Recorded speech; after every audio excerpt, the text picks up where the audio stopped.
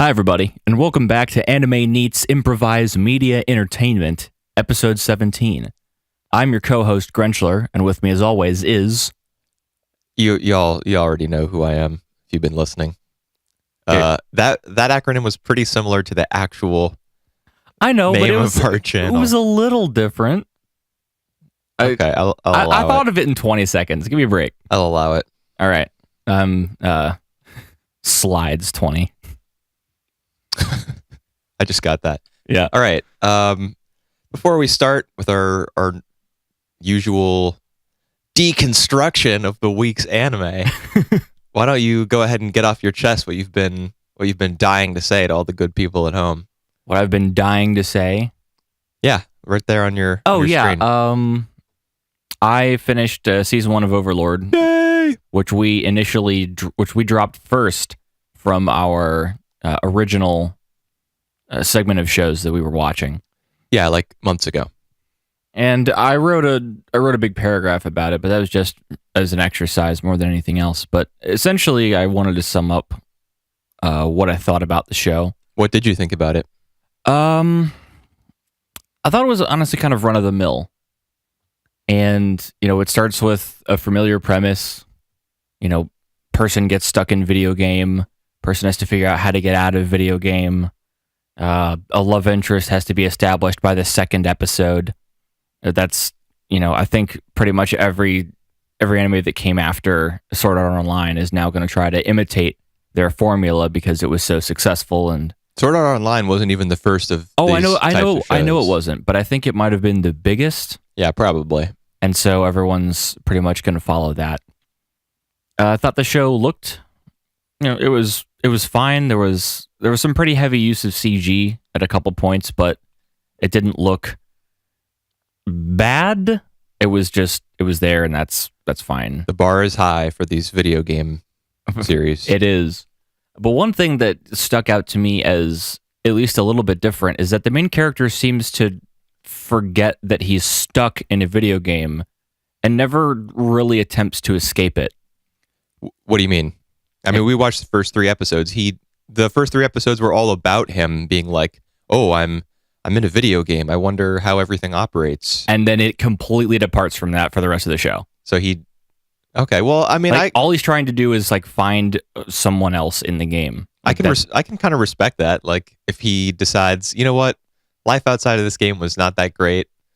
This is my new home. Is that how it went down, or did the show just kind of forget? It kind of went down like that a little bit, but more than that, it just seemed like they almost forgot. I mean, the show was obviously written with the intention of a second season, just by the way that it has almost a cliffhanger ending to the entire season. Pretty sure it's based on a series of like novels or light novels. I don't know what its source material is. I'm pretty sure that's it. But it does a lot of world building. Like it makes out to establish that there are different kingdoms and who's at war with who and what towns are safe. How people operate essentially. It introduces a lot of characters. A lot of them die, and a lot of them are never mentioned again. Or you see them like 8 episodes later, and you're supposed to remember that they had like this 10-second interaction. Which is that good or bad? I don't know. I think it can be good and bad. I think the show did it fine because, as of course you would expect them to, they do a flashback whenever you see someone who's like, "Oh, I remember you. Here's what happened." Yeah, the idea is that people are watching week to week, so right. Our brains aren't, they're not machines. We're not steel traps. We need that. We're not The Rock. No. I thought it was... I'd give it about a 6 out of 10. I don't know if I'd recommend that people like, "Hey, watch this show. It is absolutely worth your time." Would you? So you wouldn't recommend it? I wouldn't recommend it. No, I think there's a lot better stuff you could watch. And yet you're going on to watch the second season. Is that right? I've watched the whole first season. At this point, I kind of have to, don't I? Oh, no. Oh, no. You don't have to do that, dude. I'm a completionist. That's a bit of a meme. that if you watch the first season of something, you have to just keep watching it forever. Let's say this: I've watched worse stuff. Stuff. So you're just gonna watch something really shitty one day, and then everything else for the rest of your life is gonna be better than that. So you'll just watch everything. Yes. Okay. That is how you enjoy things. Well, at least it's not this. All right. Well, rather than watching the second season of Overlord, there are a couple of shows that you might want to check out instead, like ReZero or Konosuba. They're both like trapped in a fantasy/video game world. You may want to watch those instead. I'm not a huge fan of either one, but a lot of people like them. You know, they got a big following.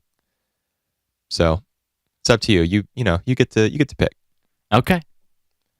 If you do finish season 2, you can give us another report on that. Yep. Well, that'll be a couple weeks from now since it's currently airing in this season. Right. So I think it's got 5 episodes out now. Probably. Yeah. Because we're about to cover the 4th and 5th episodes of all the shows we're talking about. Speaking of, which one should we talk about first? Let's talk about Kokkoku first. Okay. Talk about it. Oh boy. Getting some spicy details now. About what? We learn a lot more about Majima. Right. And yeah, she does seem to be like moving into the center of the show, more prominent than a lot of the other, more prominent than most of the members of the main family. Yeah, that for sure. Because her whole point of going into stasis with the Genuine Love Society was to try to find. Do you want to go episode 4 and then 5, or do you talk about them as a whole? Yeah, just go wherever. Yeah, the whole reason she went into stasis was to try to find her family. Right, because she saw her family turn into dust because they got stuck in stasis at the same time as the hero's family had activated the spell just completely by coincidence.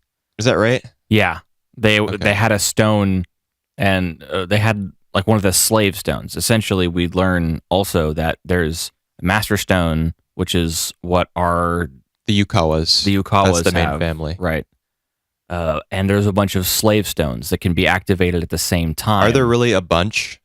It appears that there's either more than one, or that the Genuine Love Society has the one that she had when she was a little girl. Right. That's what I'm not sure about. Is the one that they have now the same one from the flashback that we get at the start of episode 5 that her family seems to possess? Based on the number of people in stasis, I would have to believe that there are more than one. Oh yeah, that makes sense because you have to be like touching the person who's doing the ritual. They would have all had to have been like crammed in a room like with a human pyramid holding onto it or something, and for it to work. Wait, wouldn't they have to kind of do that already? Because if you kind of go along for the ride with the person who's activating stasis using the main stone, don't you have to put some of your bodily fluid into your slave stone at the exact same moment?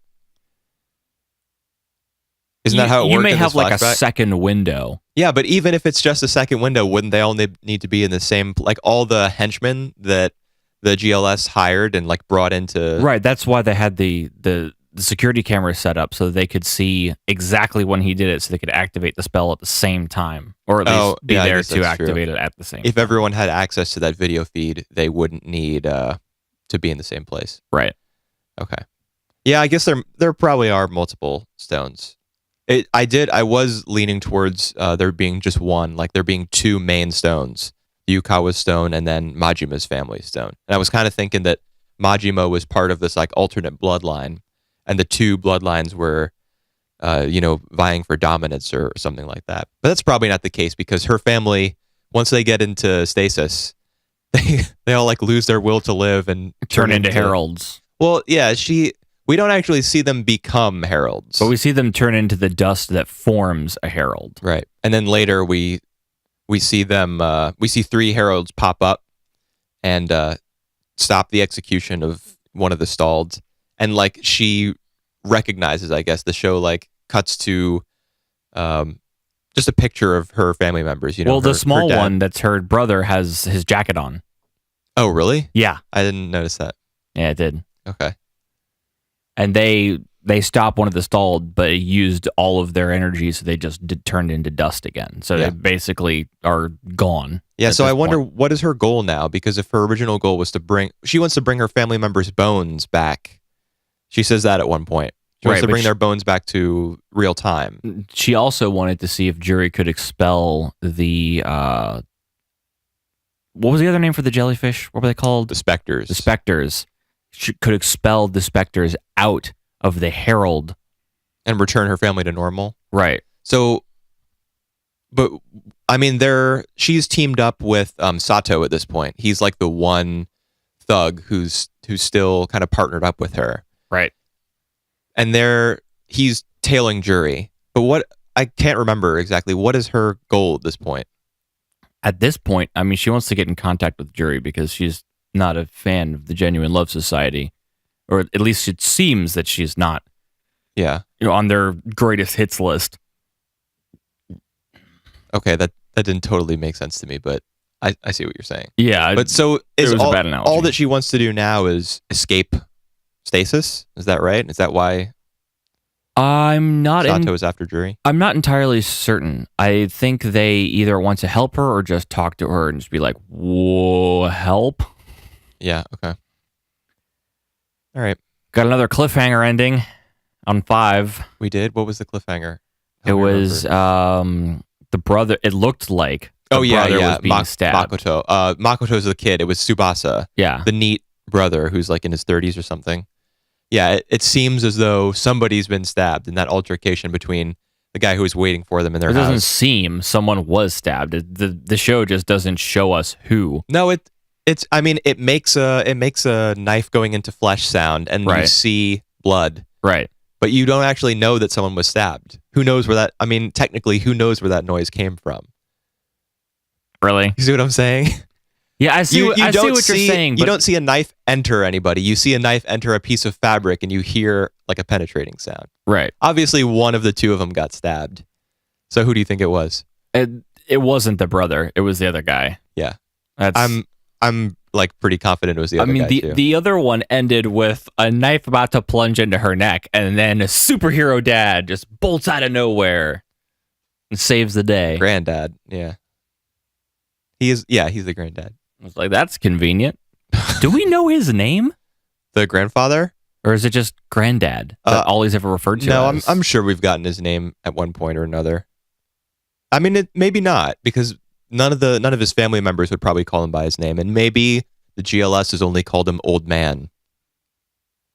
I don't know for sure, but we know everyone else. The GLS, Genuine Love Society. We're on a first name basis here now. That's an acronym, not a first name, and it's way faster than saying Genuine Love Society. That's like 8 syllables or something. Yeah, I guess it would have been annoying if we had constantly said what NERV stood for. What does it stand for? I can't remember. I have no idea. Okay. I don't know if we ever knew.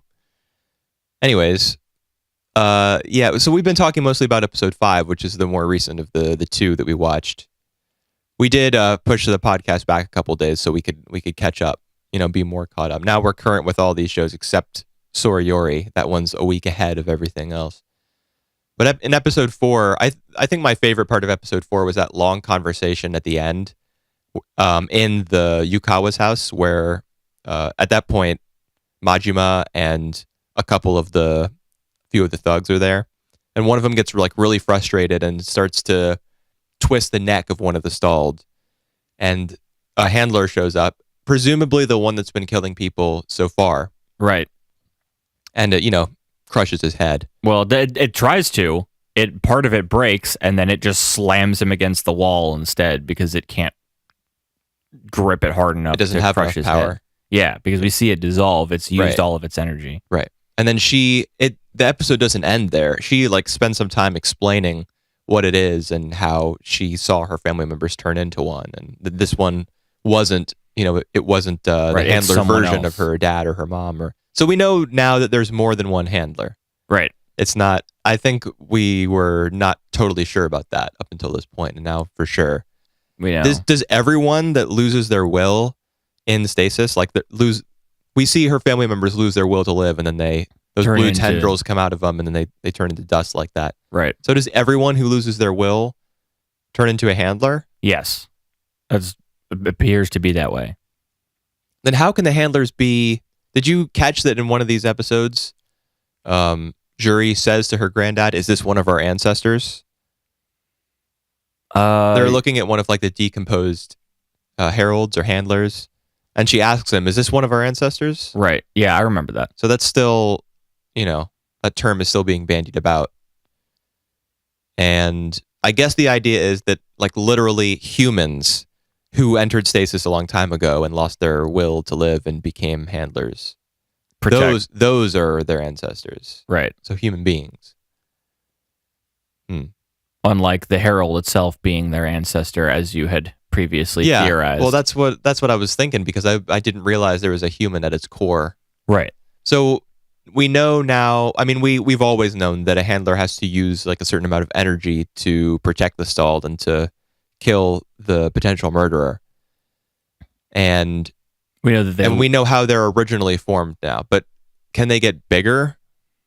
That's what's not entirely clear. I mean, obviously they can be either larger or smaller, and it appears to be almost based on what the person or who the person was when they were absorbed. How do you know that? Because you can, one, the kid turns into a child-sized handler. Yeah, but maybe it's tiny. He had been in stasis for a while. So maybe the child, he'd been in stasis for like a couple hours. What? Yeah. What are you talking about? Her little brother? Yeah. No, that was a flashback, man. That was from when she was a kid. I mean, the kid had only been in stasis for a few hours. Not the herald had existed for that long. I don't get what you're saying. What Majima's flashback at the start of the episode happened when she was a little girl. Right, it was 17 years ago. I know. Yeah. So the herald had been in stasis for 17 years. But the child, before turning into a herald, had only been in there for maybe even less than an hour. Okay. Hadn't survived long. Maybe you gain energy as you're there longer, so you turn into a larger herald. Or maybe it's based on your physical attributes. I was just thinking that maybe all the heralds start out the same size. And like her brother had been doing herald activities, killing people who were trying to harm the stalled. We know for like 17 years. We know that's not true though, because if only the family that we're following around has the ability to enter stasis, and they haven't since then, it hasn't done anything. Wait. How do we know that other people can't enter stasis? Well, we know the Genuine Love Society can't. Yeah, but okay, so that means that the heralds are just chilling in stasis all the time, waiting for the Yukawas to enter. I suppose they don't chill in stasis because they only materialize when they're needed. Otherwise, they probably phase out of reality almost. Because if stasis exists forever in a single frame, then they have to be able to cross between those frames to protect people who enter at different points. I see what you're saying. So like all the members of her family who turned into heralds must have jumped from that point 17 years ago until now. Or maybe it's not even a jump. Maybe stasis is just some kind of alternate universe where time really doesn't exist. And whenever the Yukawas enter stasis, they're moving into that reality, which takes on the form of whatever their current reality. Yeah, it takes on the form of whatever time and space had been like when they froze it. It probably just freezes time. Yeah, probably. That's way simpler. Yeah. All the stuff going on with the dad, I just don't understand or care about. Takafumi, like the guy who the GLS members are. We'll make a deal. Give me some food. I'm hungry. Yeah, I'm 30 years old and I look terrible. I don't understand what deal he's trying to strike. I don't get that. He wants the grandfather to give the stone over to them so that they'll let them be or keep them safe or something. Okay. Yeah. I don't know. I'm with you on that one. Why wouldn't GLS just like take it by force? Why do they need to bargain with this guy? I don't get it. Because apparently it's not that easy. Because Juri is apparently a fighting force. Yeah. And the grandpa can teleport. I just want to know what power the little kid has. If any. I'm pretty sure he does. Come on, man. Come on, man. Maybe. I mean, that was my original thought, but I don't know if it's gonna come to that, but it would be interesting if it did. What else did I say? I don't know, man. Uh, I think we covered pretty much everything. one thing I did want to mention is that the Genuine Love Society mentions to the dad that their family used to use stasis. Like they're supposed to be like protectors, like because they can stop time, so they could stop crimes from happening. Whose family used to do that? The Yukawas? The Yukawas, yeah. Sorry, I haven't never written that down, so I don't know what to say about it. Yeah, the Genuine Love Society mentions to them that they were like protectors at some point, and so the Genuine Love Society is trying to tell the GLS. Yeah, that is way easier. Is trying to tell the dad, like, hey, we have a network of people, whatever, built up so that we can, protect the innocent. They're trying to play the good guy to him. But I still don't understand why it's even necessary for them to go through the motions of contacting the dad. They're just hoping that the dad will have some sway with his family, I guess. So I think they're just hoping that the grandpa will come to the dad. In fact, I think they mentioned that specifically, like they'll come to us now. Because we have the son. Mm-hmm. Okay. Yeah, okay. That makes more sense than anything else. But then why not just like keep him locked up in a room and bound and gagged? I don't know. I just find his scenes, the dad, like I find his character really boring and worthless, and I hate all of his scenes. And I just wish they didn't he's exist. A boring and worthless person in real life. Yeah, I know, but then why is he on my TV screen? I just don't care about him or anything that he does. Because it's real, man. It's a real characterization. It's not real. None of this is real. It's all a simulation. Cartoons. It's just a simulation. I'm not. This was the first time that I'm really like not as hot on Kokkoku. One thing I'm just starting to get tired of the running around through time. I want to see. I mean, we're learning a lot about like what the heralds are and stuff, and that's cool. But I'm tired of the idea that there's going to be some kind of negotiation between these two families.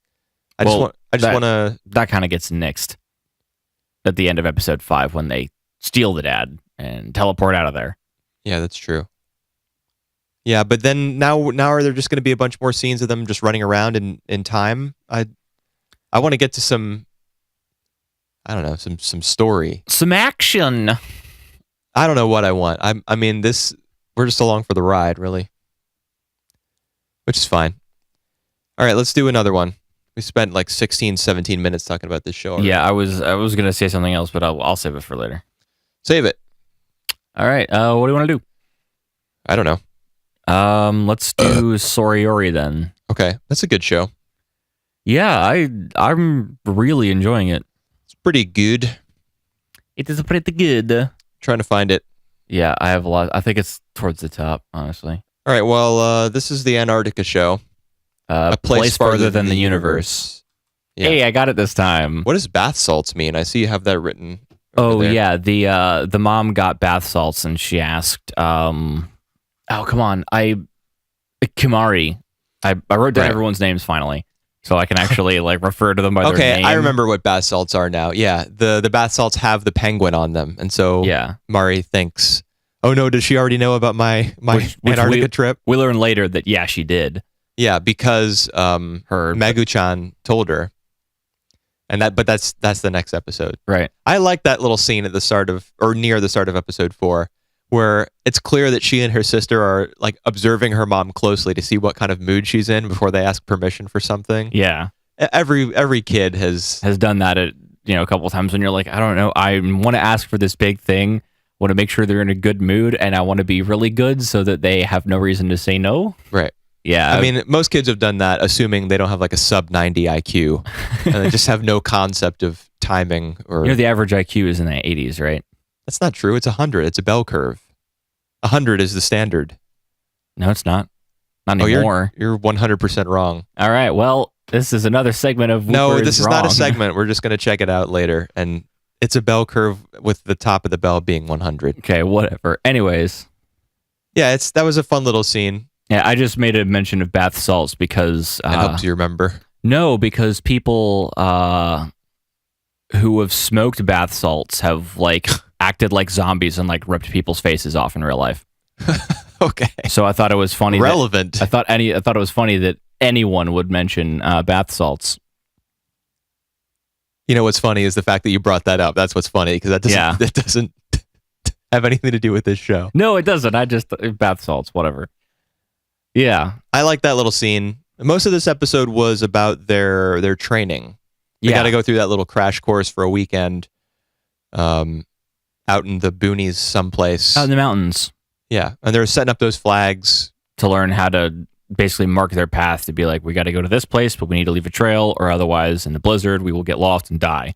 Yeah, survival skills. And even I'm thinking that even if there's no blizzard, it would be really handy in an environment that's totally white and reflective and is glaring. You need those flags to. You might like even if the sun is out and there are no clouds, you might lose your way. The sun just walking around in Antarctica, just like the North Pole, depending on like where the Earth is in comparison to like its whole orbit, there are times where Antarctica never sees night. Yeah, that makes sense because I knew that about the North Pole. The North Pole. There are times when it never sees day. Yeah, so the reverse is also true. Right, being in the opposite hemisphere, I guess. Yeah, they're just when one's always sun, the other's always night, and vice versa. Cool. Yeah. Did you notice that? I mean, the major character who's introduced in episode 4 is a friend of her mom's from the first expedition that her mom went on. Shirase's mom, because Shirase is Antarctica. That's like her nickname. She recognizes the woman who's giving them their crash course. Yeah, she's the captain of the expedition, and it's her mom's old friend, or the captain of their team, or something. Yeah, yeah. Maybe she's the captain of the Japanese segment of the expedition.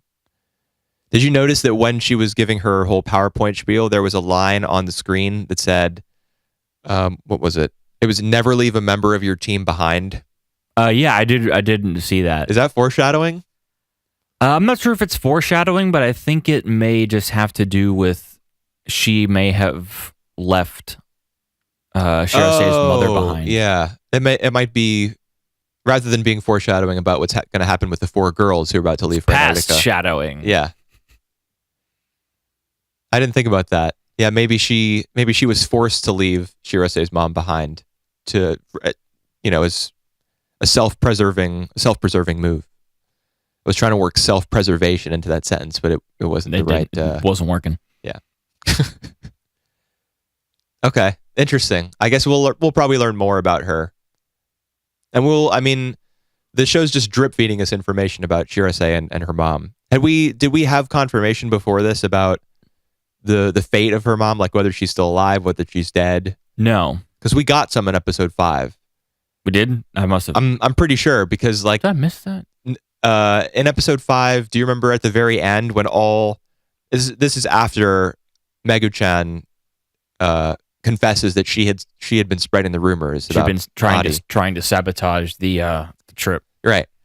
After that, there's like a little there's a bunch of scenes of the girls leaving their homes and getting ready to go on the trip, like to actually finally they all go meet to up Australia. Meet up at the airport. Yeah. Before in Shirase's segment, you see her grandmother praying at a shrine. You know those shrines that Japanese people have in their homes? They keep them for when family members have died. I'm pretty sure you can... I didn't know that because I don't know terribly a lot about Japanese culture. I mean, maybe it was of her dad. That's possible. But I think the implication is that her mom is presumed dead because we see the shrine in the corner of her house. And her grandma's praying as her granddaughter is... I've assumed this whole time that her mother is dead because it'd be very difficult to survive for 3 years in Antarctica without anything. I thought that maybe her mom had like stayed there permanently as part of a research team or something. I don't think so. Well, I mean, because now we know for sure that she's presumed dead. It also mentions that no one lives there year round. I mean, it doesn't say that. It says no one's a permanent resident. Right. Which generally no one's a citizen of Antarctica. Right. You can't be because it's not an established country. It's just a continent. It's a big block of ice. I mean, I feel as though before either of these episodes, we had never heard for sure what was up with her mom, whether she was alive or dead, or what she was doing in Antarctica, if she's still alive. But I saw the shrine at the end of episode 5, so I think she's presumed dead. Okay. Well, then it did one of my most and least favorite types of storytelling at the same time, which is show, don't tell. Okay. Sure. Yeah, that's what that was. Yeah. Hooray. Yeah. We identified like a 6th grade storytelling technique. You'd be surprised Awesome. how much it's not used anymore. I would not be surprised because I've seen like 5 trillion anime. 500. Yeah, that's closer to the actual number. It's like 520 something, I think. Yeah, it did just show us that little detail. Didn't comment on it. Rather than just going, "Hey, she's dead." You know? I do know. So beyond that, episode 5 was the one that was really about Mari and Megumi's relationship. Right. There's the flashback to them as kids at the start of the episode. And I think that we had already seen that little sandbox scene, where they make the sandcastle thing and then they fill it up with water and then the water comes out in the leaf. I feel like we saw that in a previous episode. We may have in like the first 2 somewhere. I don't remember where exactly it happened, but I recognized the leaf flowing out from the sandcastle. I mean, the idea is, the symbolism is, the leaf is supposed to be Kimari, I think, and then it leaves its place of residence. When the wall breaks down and it floats out. So it's like her going to Antarctica, going and exploring and leaving the place that she's lived. Leaving her bubble. Yeah. Yeah. So I feel as though the show had already used that exact, footage, that bit of animation as a symbol before, but now we understand that it was the whole context behind it. Right. So Megumi has been trying to sabotage her friend's trip. But what I find interesting is that her sabotage was so ineffective that she had to tell her the rumors that she'd been spreading about her the day before they leave. It's like, what? I haven't heard any of this. Yeah. Who's saying this? Yeah. Not only that, all the members of the Antarctica expedition, like Megumi says, y'all are so thick-headed, you didn't even realize that it was me who was spreading these rumors. It couldn't have been anyone else because I'm the only one you told. And when I thought about that, I was like, wow, you're right. Yeah. They're all just dumb and like way too optimistic and trusting. So that doesn't speak too well of their intelligence. Well, yeah, or like their potential survival in Antarctica if they're all going so to lacking die. in common sense. Still waiting for that dark turn, man. That's what you were. Never leave a member of your expedition behind. And we also had the start of the vlog that they're going to be doing. Yeah, because that's the whole reason they're going on the trip at all, is because they're accompanying whatever her name is, Yukari, maybe the idol girl. Yeah, her name is. It starts with a Y for sure. Yuzuki. Okay, cool. Yeah, that's the whole reason they're going on the trip, and of course Yuzuki is really good at it because that's her job, and Shirase is a complete wreck. Yeah. Please don't play with my arm flab. I remember that. It was a fun little moment. But I mean, for all the cute little, conversations between all the girls, Megumi did some really messed up stuff by spreading those rumors, and she unplugged the PS1. I think that's what that game system was. It's a PS1 for sure. She unplugged it on purpose and then made it seem like an accident because she hated that her friend was having a good time. She just resented the fact that Kimari was having a good time without her. She was playing that game and just like laughing and smiling, and so she had to put a stop to that. So she's really feeling really like negatively about the fact that her friend's about to leave. Yeah. So I don't think I would have been able to forgive her. But Mari does. She's like, I reject your. It's like I reject your breakup. Breakup rejected, I think, Yeah. is what she says in our translation. Yeah. I wouldn't have been able to do that. I would have been like, I'm glad I'm leaving because I don't want to look at your face anymore. I mean, if you've known someone and been best friends with someone for what we can assume is roughly 10 years. Yeah, because they were little kids in the flashback. Yeah, that's So what are you saying? Like, you would still want to be friends with that person if you'd known him for 10 years? I mean, I just think they were an idiot, but I'd probably still be friends with them. I've had friends do worse things to me. I think it goes beyond idiocy. Like, her friend was You're controlling. Yeah, she was trying to manipulate her entire life and get her to stay there with her. It's messed up. It is. But, Mari's the main character because she's so, enthusiastic and optimistic. So of course she is now, but she wasn't before. At the start of the show, she was just like, I hate everything, I hate myself, I hate life. Yeah, but I think that's part of her character is that she's so sunny. And that's like the whole reason that she wanted to get away and do something new or something fun. Is like, because I gotta do something with my life, otherwise I'll have just wasted my high school years. Yeah. I think is specifically what she's talking about. I just think that her character in particular, despite the way that we were introduced to her, is very, like peppy and Genki. Yeah. I think I can see that. I can agree with that. Otherwise, she wouldn't be acting this way. It's not as though the power of friendship has changed her character and like her DNA. I mean, there's probably an anime somewhere where friendship literally has changed the DNA of someone. It wouldn't surprise me. Yeah, especially, but it would be sad. Especially since we're getting shows like Darling in the Franxx, where literally everything is just a metaphor, like a clumsy metaphor for sex, for some element of like sexuality or romance. Speaking of Darling in the Franxx, let's talk about it. We spent almost 40 minutes covering just 2 shows, so let's move on to that one. Well, I mean, we are doing twice as many episodes as usual. So expect 3 hours and 20 minutes. No. No. Where's Darling in the Franxx? All the way at the bottom. Okay, I'm trying to find it. All right, there you go. Why don't you talk about it for a bit? Okay, I guess I get to talk about the show that I nudged its way into our you list. Sure did. You thought it was you thought it was hot shit. And then I thought it was hot garbage. Yeah, now you realize it's hot garbage.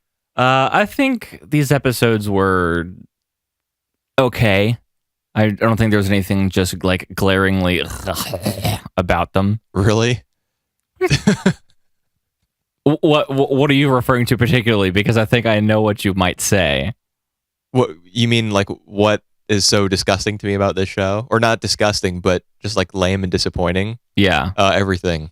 Oh, okay. No, I thought you were talking about one thing in particular. Oh, you're talking about the STD thing, right? No, I'm not. Oh, what? When 02 and 16 or Hero are piloting together, he's like, I feel like I'm going deeper inside you. And I'm just like, can you just stop? Yeah. Like, this show would be better without all that crap thrown into it. How? Because they'd have to replace it with something else. But then it wouldn't even be this show anymore. You see what I'm saying? Like, that's so integral to the entire show. The idea that the boys and the girls have to pilot the robots together, and that I know it just made me cringe. Yeah, it was awful, but it's not much better or worse than anything else that the show has going for it. I think the action sucks balls. All the robot fights are like so boring and uninteresting. Okay. Yeah, there's my opinion right out there in the open. Like the whole scene where in I think the 4th episode where they're fighting the giant worm. Yeah, they're fighting that big old worm and they realize, oh, it's all part of one organism. How can we possibly beat this thing? And then, Strelitzia with Hero and 02 inside of it. Just flash. Yeah, they just go, "Rrrr."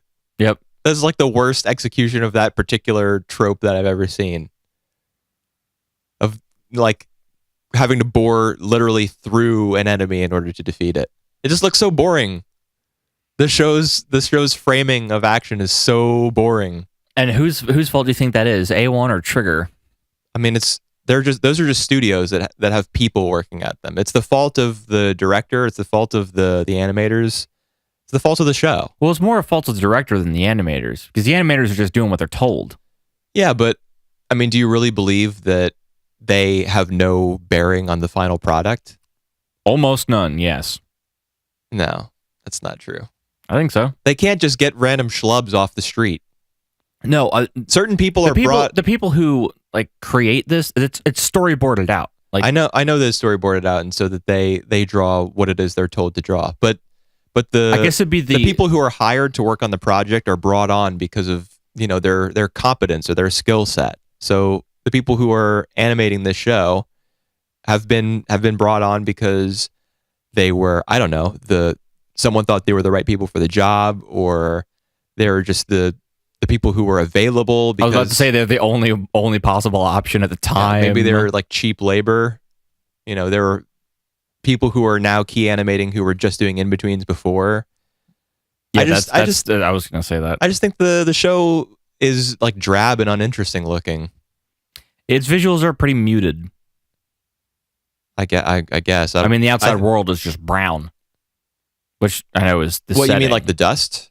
No, I just mean like the surface of the planet. It's the surface. Yeah, it's just brown. Whole thing. But that's on purpose because it's. I know that's on purpose. Yeah, it's supposed to represent how barren it is, and like humanity is just clinging on to life in these little colonies. But even everything indoors, where they kiss. Yeah.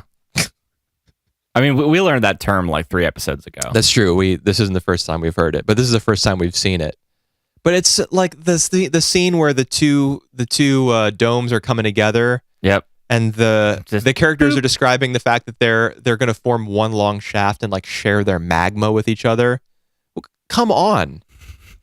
I'm not. This isn't going over my head. Like it's going straight into my brain. I'm processing it in like a millisecond, and I'm disgusted immediately by how like silly and lame it is. Not the sexuality of it. It's just the worst thing I've ever seen. Stop blowing holes in my ship. And by that I mean poking holes in something that's sometimes fun to watch. I don't know. Oh, I see what you're saying. Yeah, that's what I meant by that. Yeah, I don't care if you like this show. I don't like it. But surprisingly I didn't rank it last. Really? This week. Neither did I. Well, I mean, I figured that you wouldn't, because both of these episodes are kind of action. Well, actually, was there any action in episode 5? Besides 02. No, 02 doesn't beat the shit out of anyone in this one. That was last episode. No, yeah, we just got like some angry glares and a slap. Yeah, 02. It's Ichigo who slaps 02, right? Yeah, because Ichigo likes Hiro and 02 won't let her have him or something, and it's all a big metaphor for a love triangle, like romance and the kids. You remember the scene, like, because in episode 5, Ichigo goes out after Hiro. No, not Hiro. 02. Does she think that Hiro's out there at that point? No, she wants to go talk to 02. Okay, yeah, you're right. And they have that little conversation in front of the greenhouse or something, like with all the lights in the background. Yeah, she goes out to have like a one-on-one gab sesh with her gal pal, and stay away from my man, you hussy. Yeah, and she gets slapped because no, she does the slapping, right? But 02 doesn't care because she's just like, he's my possession. You can't do anything about it. She also knocks that thing off her head, right? Which I feel like was some sort of inhibitor or something. Yeah, it's obviously like a control device because her eyes, start to glow red. Her horns glow. Right. She's got Klaxosaur blood in her, and she's not human. A good chunk of these episodes was spent, like meditating on the fact that she's not human. She's so scary. And then she says, "What is human, anyways?" Yeah, it's really deep, dude. This show's super deep. It's for intellectuals, like myself, who posts on Reddit. You really need a high IQ to understand Darling in the Franxx. Oh, if only that were true. Yeah. Then patricians such as myself could enjoy it. We also had... Wait, I wasn't done. Oh, damn. So, this guy hasn't stopped talking yet. So, the whole reason I brought up that scene, like, went back to the whole slapping thing is because afterwards, Ichigo comes back and Goro, her partner, is waiting for her there, like the blonde guy. Yeah. And they're both of them, like Ichigo's like, what is this feeling that whenever I think about Hiro? And then Goro like reaches out a hand to, I guess, like, comfort her or something. Like, and what is this feeling? And then he's like, what is this feeling? It's so like painfully, like terribly communicated that it's all. It's the love, man. Their whole society is set up around the piloting of these robots, but yet they don't know what kissing is. Well, to them, it's a terminology of the two. No, it's not just that. Remember, because when they're witnessing the two colonies, the two domes coming together, one of them's like, "Oh, do you know what kissing really is?" One of the girls says that, and the little short loudmouth is like, "What do you mean? Of course I do. It's when the two colonies come together. What is there some other meaning to it? Does it mean something else?" It's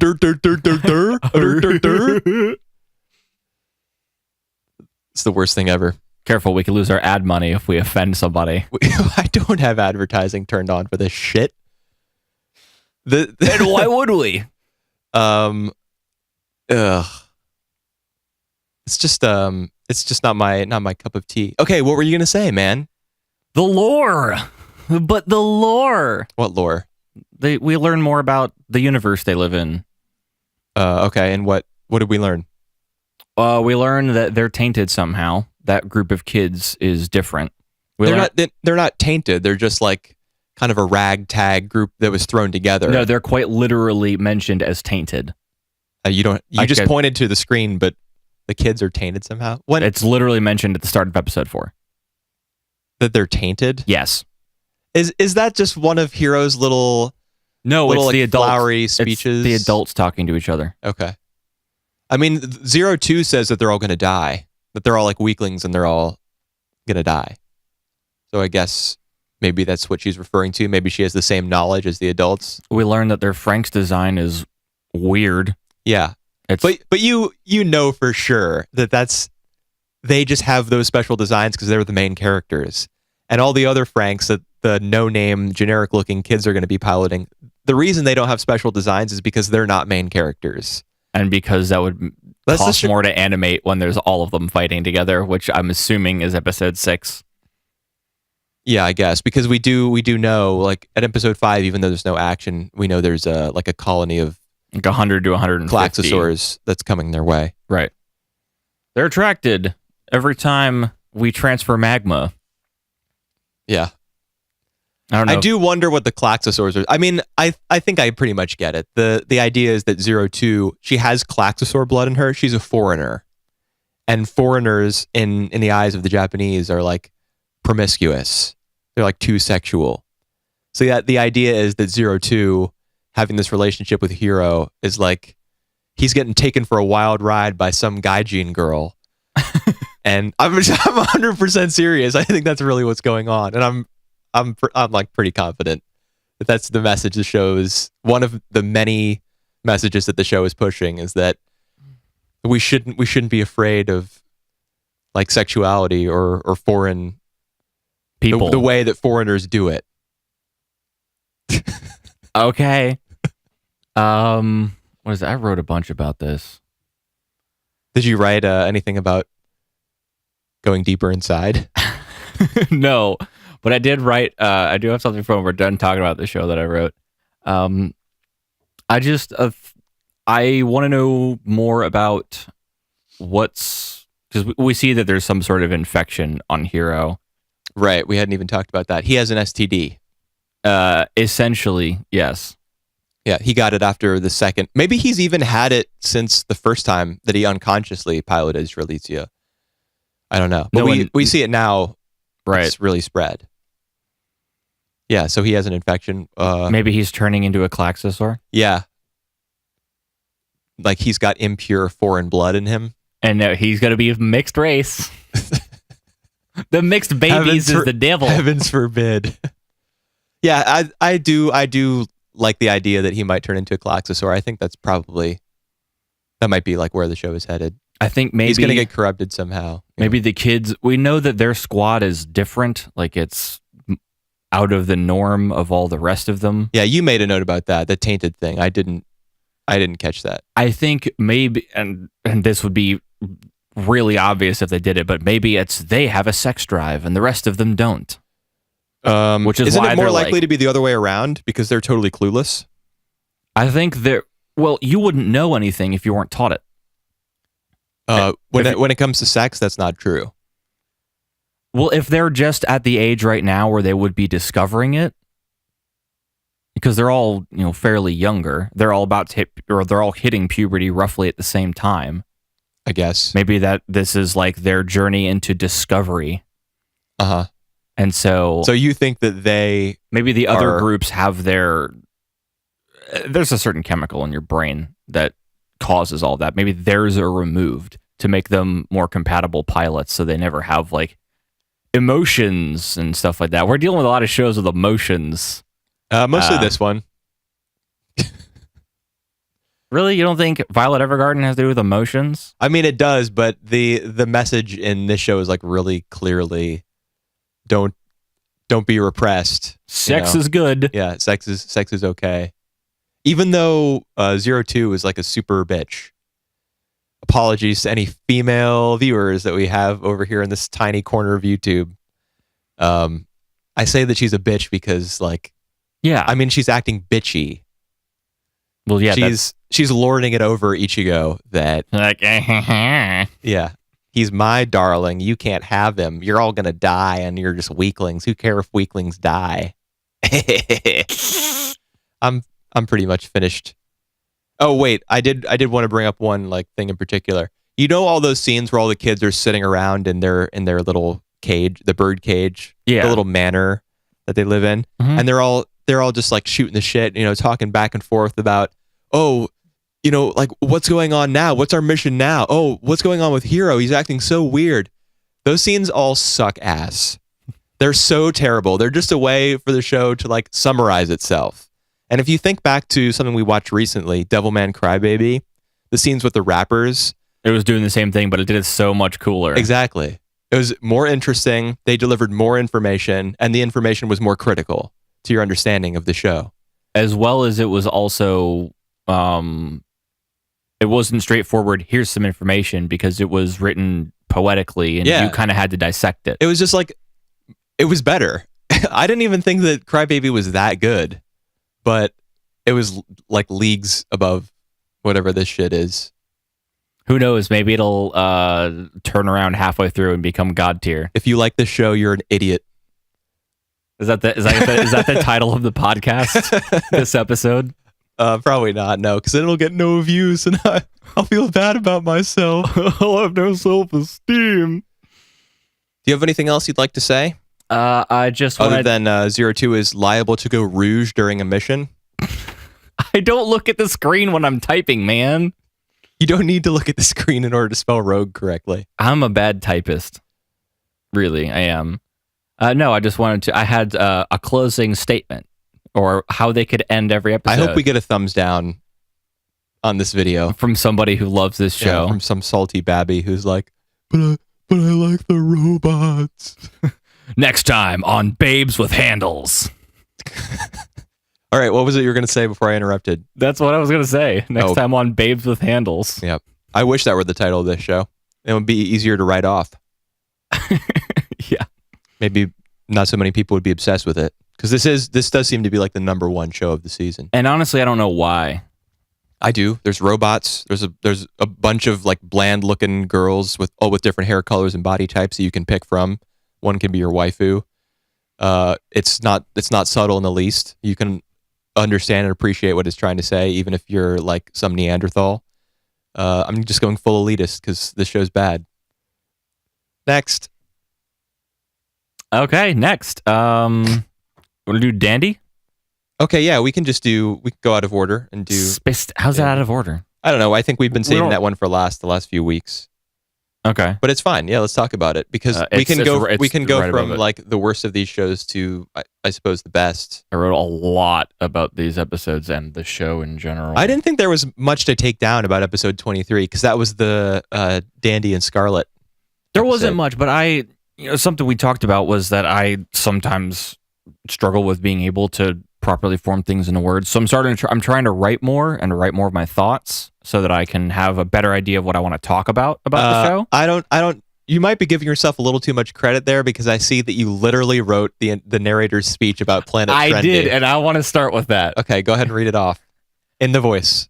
This is Planet Trendy, a poppin' joint where you'll find the hippest couples in the universe, dropping it like it's hot. If you want to show your bae that you demand, then you best turn up here. Her body and the place be swaggin'.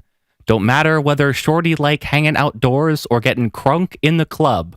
If you got the Skrilla, then Planet Trendy got yo back. Bravo. Well done. I thought I had to write that whole thing out because I thought it was hilarious. It was pretty funny. Yep. What do you think of this episode? The narrator adds a lot to this show in general. Yeah, he does. I like the episode. It's one of my faves. Yeah. I like Scarlet. I think she's cool. And I think that she and Dandy, although I don't know if they make the best couple or the best match, but I think that, I mean, just based on this episode, I want to see them together. Yeah. Because there's a jealous ex, and then she pays him to pretend to be her boyfriend, and then she starts to fall for him, and yeah, it's the classic and setup. Then he starts to fall for her, and then but the thing that I like most about the episode is that at the end they both, because they've planned dates for like 7 days, and they break up because they ended early because the boyfriend was arrested, right, for blowing up part of a city. Yeah. Blowing up one of the little domes in Planet Trendy, I guess. Wouldn't everyone have died because he shot out? No one's home, dude. Those were all homes that were blown up. Nobody's home at Planet Trendy. No, I thought he blew a hole in the glass dome, keeping the atmosphere out. Technology. Anyway, yeah, he exits the picture, so they quote unquote break up, and then they have that last date that they were planning on, and they both go. But they miss each other just by a hair, Yeah. So that scene in particular, really, I was like, I remembered from having seen the show previously. I haven't seen it before, so yeah. Did you think they were gonna meet up? I did, but I wasn't surprised that they didn't, because the show doesn't do it does tropes, but it does something different with them a lot of the times. It might have been difficult to especially because after this episode, there are only 3 left. So it might have been difficult to start up a relationship now. 3 left. Oh yeah, 3 left. Yeah, that's right. After this one. Yeah, what would it have accomplished to see them happy together with only 3 episodes left to go? Unless the show did another one of its things where it jumps to another universe or something. Which it does. And that's what episode 24 kind of covers as well. Yeah, that's true. I don't know what there is to say about the Lovers Are Trendy Baby, the title of the one we were just talking about. It's difficult to find something to talk about because it's just it's a straightforward love story. I don't know. I think it's really funny that at first I kind of thought the first time that I watched the episode, because that the show has a tendency to portray aliens as sexually desirable, just as hot or cute or whatever. So in this episode, when that giant robot is spying on their dates, I kind of thought you thought that was her. I thought that the robot was her ex. I did too. I didn't think there was someone piloting it. I was like, is her ex a giant robot? Yeah, I wish that had been the case. But it would have been difficult for Dandy to get the revenge punch on him if he had been a huge robot. He would have just broken his fist. It was a fun episode. I like it. Yeah, it is. It's definitely a lot of Dandy is you could just categorize as fun. But at the end of the episode, it takes a pretty hard left from that and goes towards the feels category, the feels train. Can you even imagine the fact that someone listening to this right now likes Darling in the Franxx more than Space Dandy? What the fuck are you doing with your life? I'm talking to you directly now. Can you believe it? I mean, no, I can't, honestly. It's cool. A lot of people don't like Space Dandy because, it's episodic Ooga Booga. And, Is it? And it premiered over here in America before Japan. So just by a matter of hours, I think, or a day, each week. Just because of time zones more than anything else. Well, no. It was a conscious decision to have it air here first. Oh, okay. That was like the idea was that Toonami was, or Adult Swim, I don't know. Toonami was getting the world premiere. Yeah, Toonami's just an entity from Adult Swim, which is all Cartoon Network. So I see. Oh, it's 9/11 right now. Yeah, it is. Never forget. Never forgetty, Mom Spaghetti. Okay, let's do 24.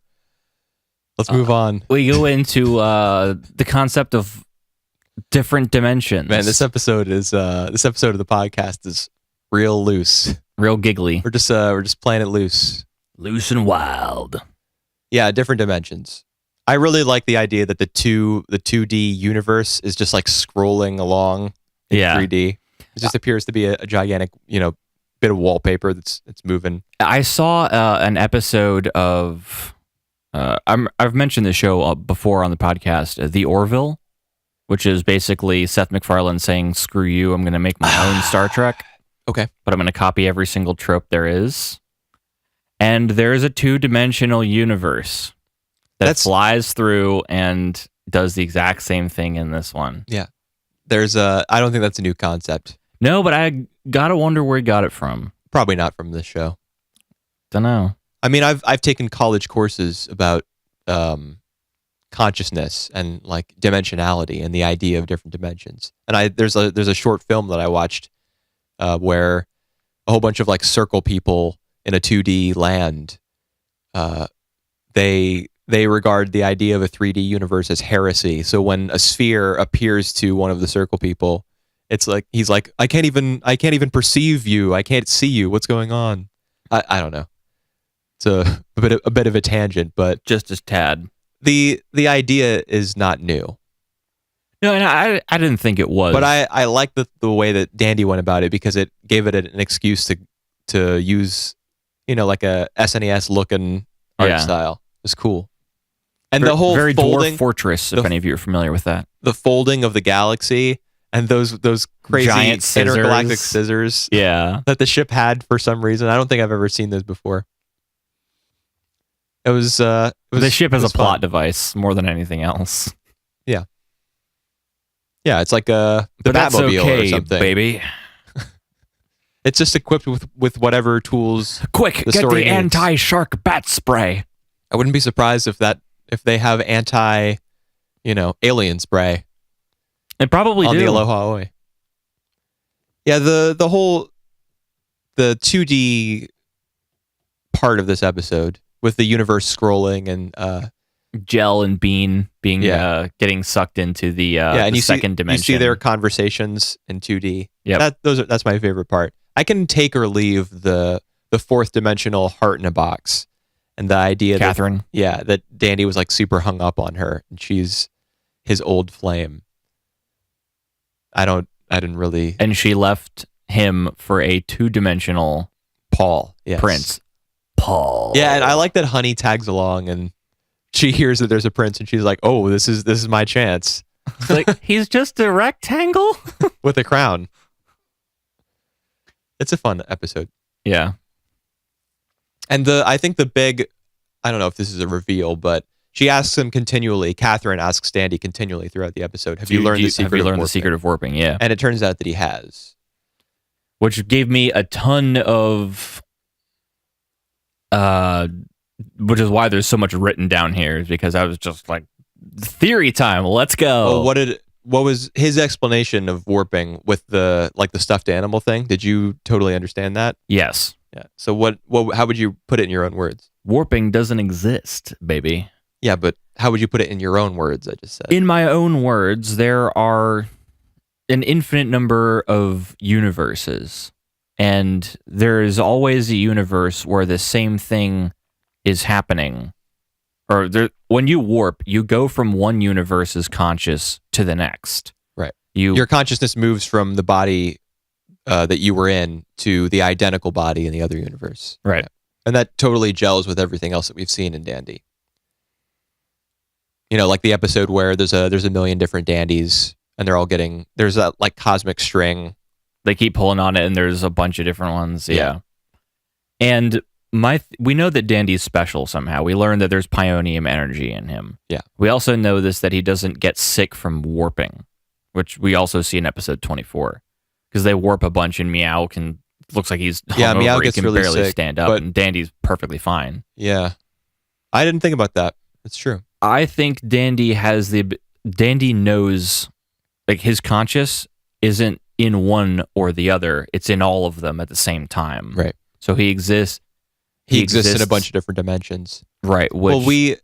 Yeah, go ahead. Sorry. Which, if you had that ability, especially in a military sense for, the Gogol Empire, would be key in winning a war by being able to basically know everything. By being able to exist everywhere in every possibility. You can see the outcome. So you of the think scenario that's before it why happens. Gel and B are after him? That, or it's the fact that he knows the secret of warping. Yeah. Which I'm thinking that they would use him more as a power source somehow in order to instantaneously, warp to different realities and just somehow harness his whatever energy is inside of him. I don't know. But we do, I think we already had the idea that he had this multidimensional consciousness. Because it explains the near episodic nature of the show while still having continuity. Yeah. He can be a zombie in one episode, and then the next episode he's perfectly fine, but he remembers the other one. Yeah. It works for the show in that way, but I'm thinking of one episode in particular. It's the world with no sadness. When he's on the train car with the spirit of the planet, and she looks at him and sees him like as 100 different versions of himself, and she says, "You're the one." So, yeah, it makes sense that he has this special thing about him. He's the key somehow to, life, the universe, and everything. 42. Too bad there won't be an episode 42. It's really too bad that there are only 2 seasons of this show. I'm thinking 10 years down the line, please just let it be made at some point during my lifetime. Another 13 episodes. Yeah, I remember we talked about how difficult that would be just because of the way that it was created with so many different writers and directors and animators, and it was made by Bones, but they were pulling talent from all over the place. Yeah, they were pulling episode directors from everywhere as well. Because Watanabe was just like, "Hey, you guys want to work on my show?" Yeah, that's my understanding of how the show was created, and that would be hard to duplicate. But maybe one day. Maybe someday. So we have a couple shows left to pick from to talk about, or is that not true? Is it just Ramens? Violet? Oh yes, we have Violet and Ramens left. Right. Okay. Well, let's do Hakata Tonkotsu Ramens. Okay. The Ramens stand all the way at the top. It was the first thing I watched. This has been like one of your favorite shows, I think. And it continues. Oh, nice. Yeah, absolutely. All right. Well, which of these 2 episodes did you like better? 4. Okay. I mean, 4 was better. 4 is the one with the whole revenge plot. Yeah. They kill everybody. Basically, yeah. Well, not basically, literally. It opens with Mushroom Head apparently betraying them in a flashback, and then it cuts to Lynn, who's been delivered to that warehouse. That was the after the credits episode. Yeah, the after the credits bit that I mentioned in the previous episode. Mm-hmm. But they just they magic their way out of the situation because as predicted, baby, Banba is the Niwaka samurai. Yes, he is. Yep. So he just goes in there and kills everybody. He just kills everybody. And then they go to where the mayor's son is, and they just kill. They don't kill him, do they? No, they capture him, force him to confess on camera basically everything he'd done and what his dad had been doing, essentially dismantling. Yeah, and they frame the woman. Right, that framed their new friend, Saito.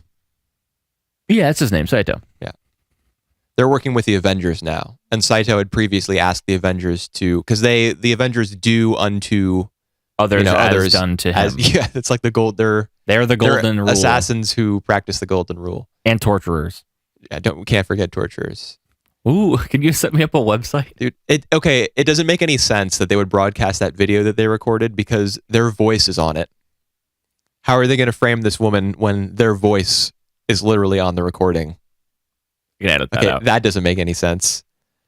And I hated the scene where Lin goes over to him, when the mayor's son, he's all bound up, his arms are behind his back and everything. Just beats the shit out of him. Yeah, like that was not satisfying to me at all. I just hated it. I don't think it was satisfying to him either. I understand what you mean, that he's just like full of anger because of what happened to his sister. There still hasn't been any twist on that front, so I guess it really was his sister who died. But yeah, so he's angry and he just needs to get that out. But I felt bad for the mayor's son, man, getting beat up like that. You felt bad for the guy who raped and killed women? Well, that's the thing. In this show, murder is like totally commonplace and normal. Everybody is like, desensitized to it. There's people killing people. There's assassins for assassins. There's the Niwaka samurai is described as like a hitman for hitmen. Everybody's killing everybody. You got to assume that this kind of messed up behavior with regards to like human trafficking and murder, that it's all going down all the time. I just don't like. Lin got his revenge. They got the guy on tape. Right. The beating up, I was like, I don't care. In fact, I kind of feel like I lost my interest in the show because it played its entire hand in episode 4. We already know who the Niwaka samurai is 1 episode after his character, like the legend, was introduced. Yeah. They already caught the mayor's son. The entire like organization that was behind him. Maybe it was initially only a 4-episode order. Yeah, I don't know, man. It just like puked all over the table, everything that it was holding in. It feels like they just finished an arc and now they're going to start another one, and there'll probably just be 3 arcs, is my guess. Yeah, probably, but I didn't like the way that this one wrapped up so fast. And then everything that we were left with in episode 5, it was just like they were all just hanging out. The baseball team and hanging out down the street. I don't know. I wasn't a fan of these episodes. Lin getting his revenge like so quickly and so easily. I wasn't about it. And I don't like the baseball team development. It's kind of funny, but I also don't want to watch them play a baseball game. I'm not interested in that. You love baseball anime.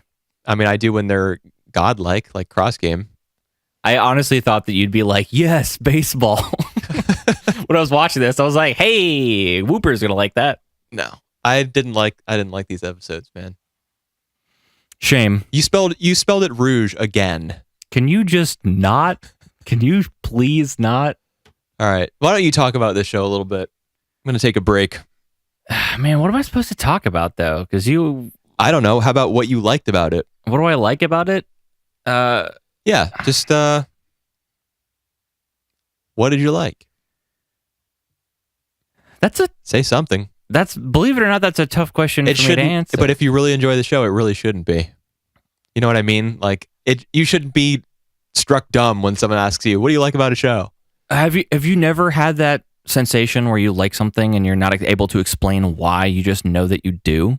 Yeah, I'm sure that I have, but go ahead. What do you like? I mean, you have notes right next to your head. These are like, this is what happened, and these are some thoughts. Okay, so what are your thoughts? Man, I don't know. I'm just terrible at this. I should just fly Australia over here and have him do it. But then nobody would be able to understand what we're saying. That's true. Hi, Mario. I did think it was that the premise of episode 5 was definitely weaker than the first arc, where we just have random hitman who wants to be the best hitman in the world and wants to be known. I thought that was weaker than investigating like a corrupt politician, which has a lot more layers to it than just I want to kill this dude. Yeah, I would have loved it if the mayor was like, not necessarily the big bad, but if he wasn't exposed immediately as having ties with the whatever they're called, the multinational the Kokkoku Association or something like that. I would have loved it if he had more people on the payroll, or if they just hadn't completely beaten him and like saved the world in 4 episodes, or saved this town of murderers. Yeah, well, this town is essentially the world as far as the show is concerned. That's true. It seems to me. Although they are traveling back and forth between cities for the baseball games. And the assassin who comes after Saito because he left the company is from Tokyo. Oh, is he from Tokyo? Yeah, I knew he was from a different city. Murder Inc. is based in Tokyo. Okay, yeah. Yeah, so maybe the show will broaden itself a little bit. But it does seem like Saruichi, or whatever his name is, the silver-haired submarine ninja. Yeah, the submarine. He's going to be the new villain. Yep. I guess. I don't really care about him. I didn't, but I'll give it some time to be more interesting. Give it another episode or 2. Or I do really like 7. Yeah, or just finish it. Why not? I already started. Terrible sentiment to have for somebody who's supposed to have discerning taste. I don't think anybody's asking us to be discerning. No. I'm not asking that of you or myself. I do really like most of the show's music. It's different. It's not your standard orchestra with a little bit of techno thrown in. It's got some jazz and some upbeat music.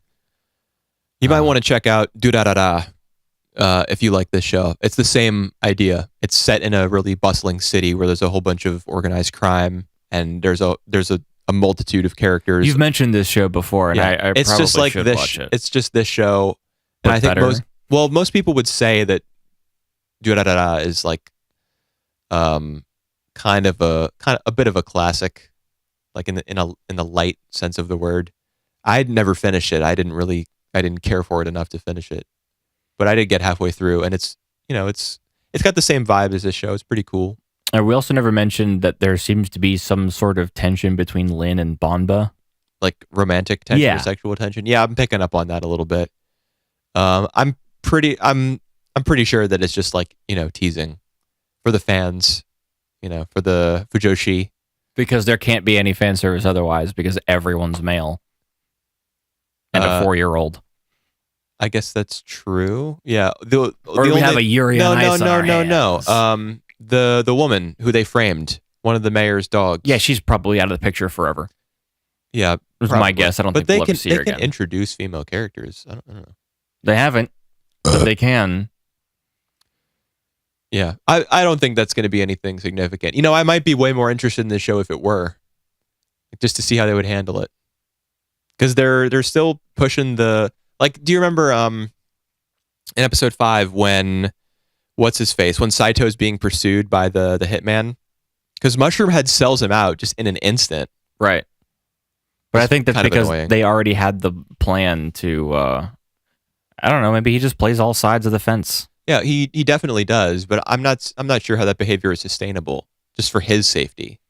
If Banba or Lin finds out about it, or any of his friends, they're gonna have his head. Maybe they all know. I don't know. The scene where the hitman is running after Saito, he calls Lin. Lin wakes up and immediately gets dressed off screen and then runs out to save him. Yeah, he gets dressed in the skirt. Yeah, he does. So that's how he dresses. Those are his clothes. Yeah, it's not as though, he has the one outfit. He has the cartoon. Yeah, the cartoon outfit. One pair of pants, one shirt, one jacket. Yeah. So this show is still not commenting in a silly way about his choice of dress. That's just how he is. So I mean, maybe it will go there. Who knows? Not me. We also know that the title of the show is the name of their baseball team. That's true. That is a fact. Yeah, I still really like this show. I think I guess it's just difficult for me to put into words, unfortunately. I wish I could adequately describe the way I just like the way the show feels. Yeah. It's trying to do something, and it's trying to do something. It's I don't know. It's trying to tell a story that feels more Western, I guess. Well, the music is Western. The city is, well, I mean, it's probably more reminiscent of Tokyo than New York City. But yeah, probably. It's got like a Pulp Fiction type of thing going. Yeah, I like the quirky cast of characters. How no one's quite normal. Everyone's just kind of odd. That's pretty typical of anime, though. Yeah, but I think Everybody being kind of weird. But I think rather than everyone just having like their standard, oh look at me, I am a quirky girl who likes to wear weird things on my head. Well, there's no girls in this show. I know. I'm just saying, rather than the typical, oh, it's a quirky character because of that. It seems like they have these quirks just because that's how they are, rather than it seeming like it was forced upon their character. I see. If that makes any sense. Yeah, it does. I get what you're saying. I just don't like the characters as much after these 2 episodes. I'm not feeling it anymore, really. Okay. But I'm still along for the ride. Yeah. So Evergarden? Yeah. How about that? How about those violets? I liked these episodes. Did you? Yeah, I did. Yeah, especially episode 4. What episode 4 was? Her past. Iris. Iris. That's right. It's all written here somewhere. I gotta find it. Yeah, go ahead and scroll, man. Scroll it up. One of the reasons I like these 2 episodes so much is because it got away from the city where the auto memory doll company is located, where Violet's living. It went to new places, so that it was like a fresh coat of paint for the show. It was visually different. It was exploring the rest of the universe or the world they live in. Yeah, and especially episode 5. Yeah, because episode 5 was about the tense relationship between those two warring factions. Yeah, I guess they were countries or provinces, something like that, and they're having this political marriage.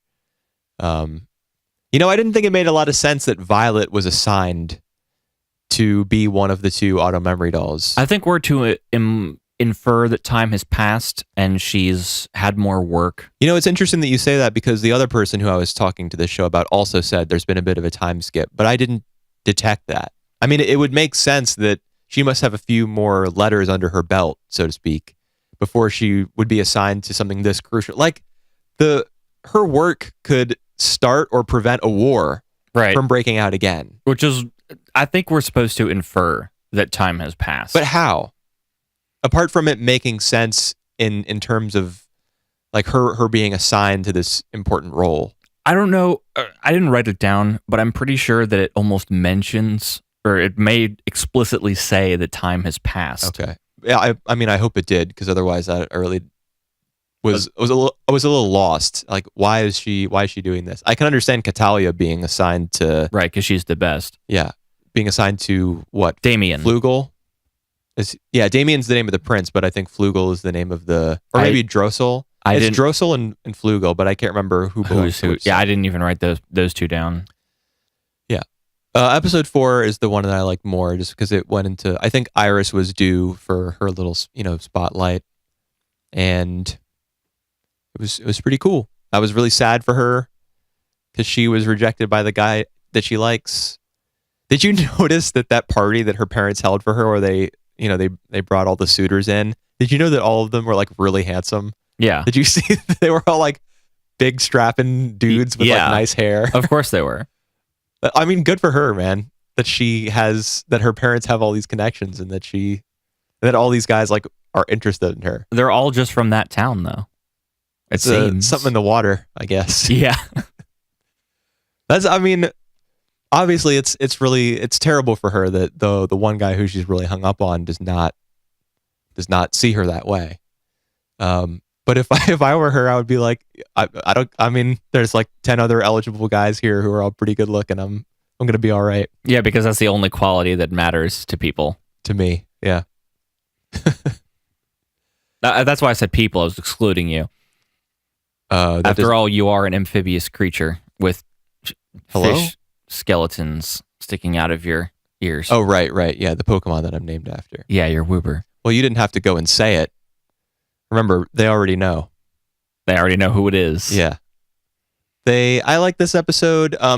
for a lot of the reasons that I liked episode 3, like the big moment in episode 3 where Violet presents the letter to Luculia's brother, and he reads it. I got the same feeling from this episode where she gives the letter to... Slides the letter under the door to her parents. Yes, exactly. Yeah. And it perfectly describes how Iris is feeling and gets the parents and Iris like on the same page. Mm. She's just asking for like a little more time. She's not ready to settle down yet, and she asks her parents to respect that about her and to let her, stay in the city for a bit longer. Yeah, to finish finding herself or whatever. My favorite phrase. Yeah, I really like that moment. It brought the whole episode to a nice head, the same way that the moment did in episode 3. So that was what I liked about it. Yeah, I liked it too. I liked Iris and Violet's conversation when they're on the train heading back.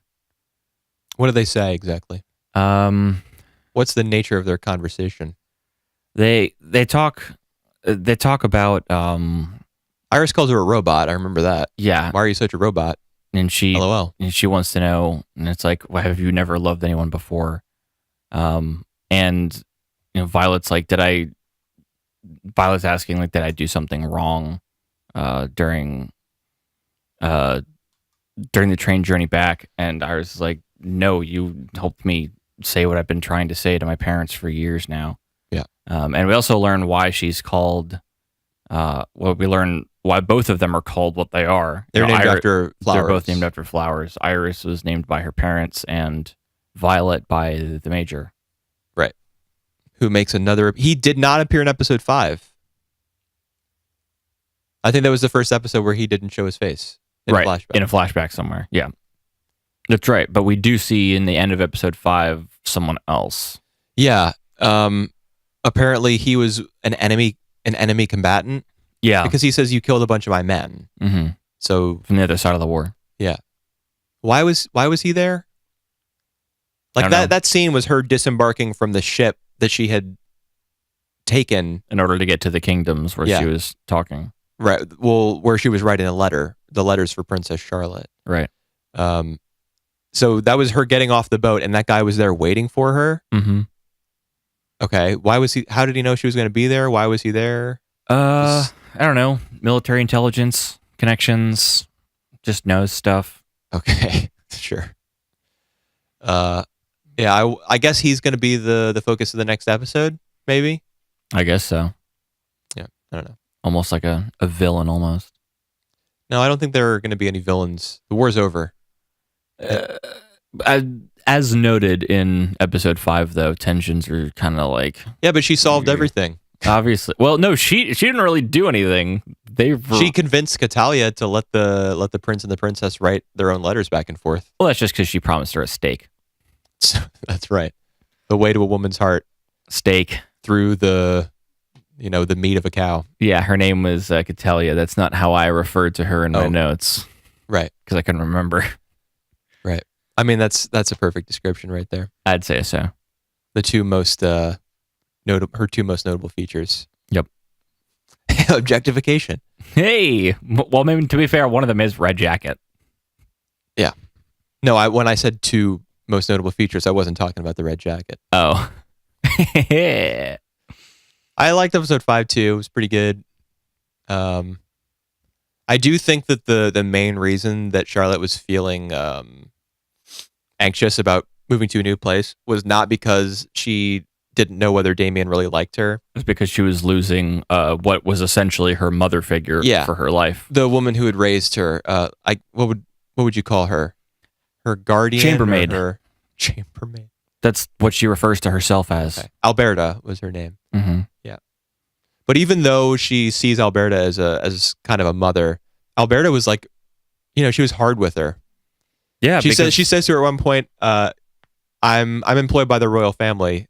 You're not my boss. It's like I don't belong to you. Yeah. So she's a stern mother figure. But she's the only one I think that she's Charlotte ever had. Yeah, pretty much. I mean, maybe the queen is out of the picture. Maybe her mom's dead. But I don't think we got that No, piece of information. we didn't really anyway. get any indication as to whether or not they were, if they were just distant parents, Yeah, or they're if probably they just distant were. parents. Yeah.